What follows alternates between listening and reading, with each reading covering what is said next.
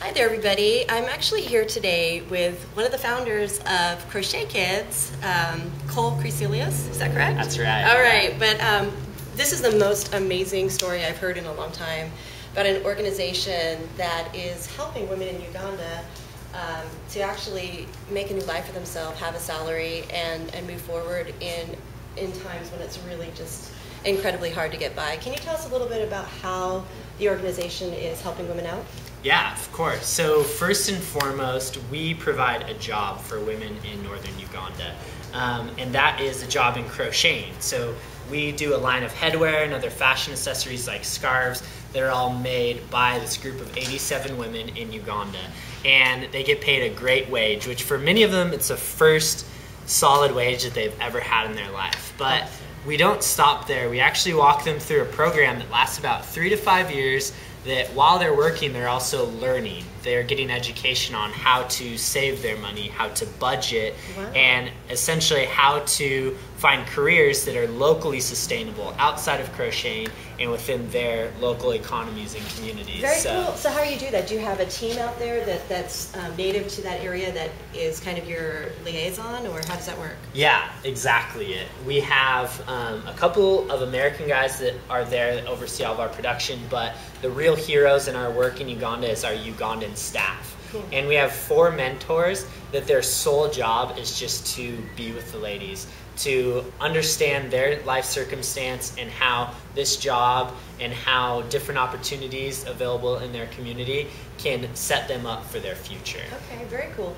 So a little bit of backstory, because I was coming in this morning and wanting to understand, how did this all come about? Can you give us a little information on how Crochet Kids even started and how it translated? Yeah, of course. Sure.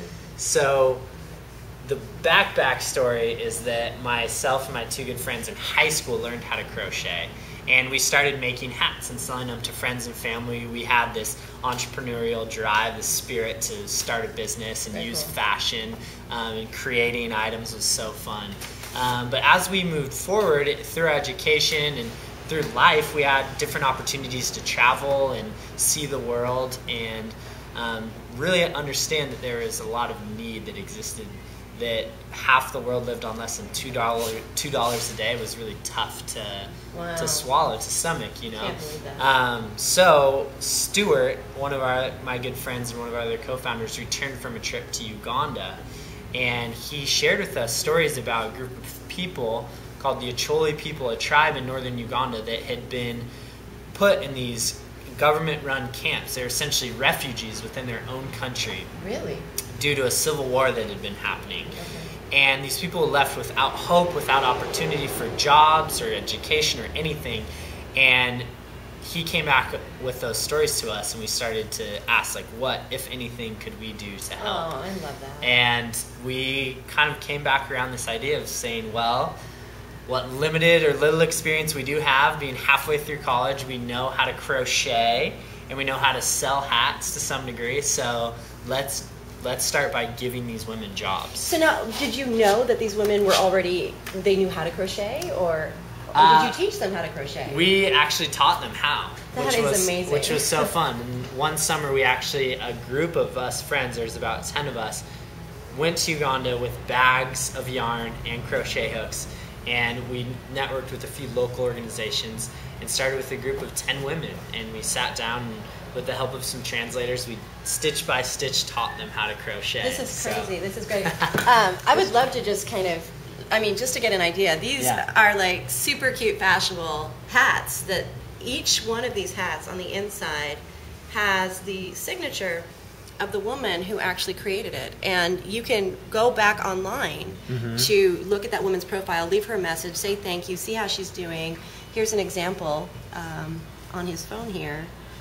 And I just think that in today's world of social networking, with integration with the IRL, with the URL, that this is an amazing way to take a third world country, bring them into the civilization that we live in, and really kind of counter-connect what we're doing in our lives with what's happening in theirs, in a way to be passionate, involved, and at the same time educating in return. It's amazing. And here's the cool thing, is that these are hip, stylish hats. So it's not like grandma's hat. You know, these are really amazing. And now, did I hear that you have like some sort of a unique cross promotion happening with a major company, or? We do, actually. There's a unique exclusive line that we're doing with Volcom. Wow. So it's been really cool to get to bring a bigger player in the game into this story as well, and to have them validate it and also really support the programs that we're doing. And when does that launch? Will that be on their website? It will be on both of our websites this week, like beginning of June. That's amazing. Well, I look forward to that, and I know a lot of viewers are going to really jump on because that's a great brand, especially here local in Orange County. So, of course. Well, very cool. Well, I'm very excited to see. I'm involved. First of all, excited to even participate in any way, shape, or form I can. And anybody that learns about this organization, I mean, support. I mean, this isn't just buying a hat because it's cute. It's doing big, huge things, and looking stylish while doing it, which is not too shabby. So wonderful. Well, thanks for taking the time for sharing, and look forward to following up and seeing what's new. Of course. Thank you. All right. Peace out.